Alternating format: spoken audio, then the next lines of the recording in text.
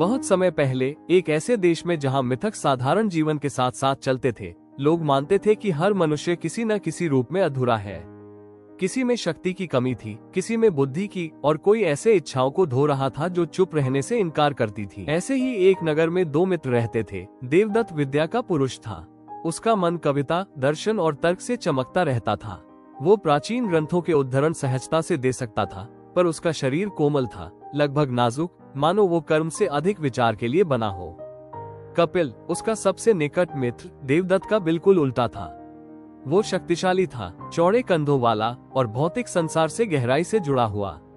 साथ साथ चलते हुए दोनों पुरुष एक दूसरे को संतुलित करते प्रतीत होते थे।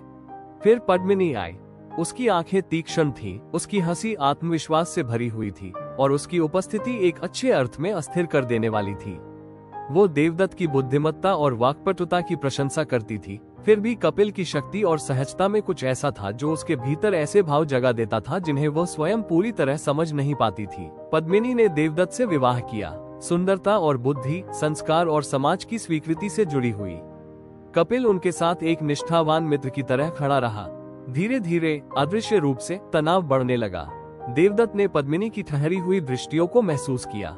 कपिल ने उन भावनाओं का भार अनुभव किया जिनका नाम लेने का साहस वह नहीं कर सकता था। एक रात ईर्ष्या और आत्मसंदेह से घिरा हुआ देवदत्त देवी काली के मंदिर गया। निराशा में उसने अपना जीवन अर्पित कर दिया, यह मानते हुए कि त्याग ही उसके अंतर्द्वंद्व से मुक्ति का एकमात्र मार्ग है। जब कपिल ने अपने मित्र को निर्जीव पाया तो निष्ठा उसे उसी मार्ग पर ले गई। दो मित्र निश्चल पड़े थे। जब पद्मिनी वहां पहुंची और उसने जो हुआ था उसे देखा तो शोक ने उसे घेर लिया। देवी से विनती की कि जो खो गया है उसे लौटा दे। द्रवित होकर या शायद मनोरंजन में काली ने पुनः जीवन प्रदान किया। कार्य पद्मिनी के हाथों में छोड़ दिया। पद्मिनी ने सिर गलत शरीरों पर रख दिए। जब दोनों पुरुष फिर उठे तो भ्रम फैल गया।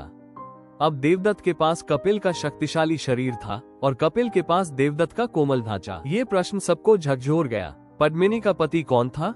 अंततः समाज ने यह निर्णय किया कि पहचान सिर में होती है। देवदत्त को उसका पति घोषित किया गया।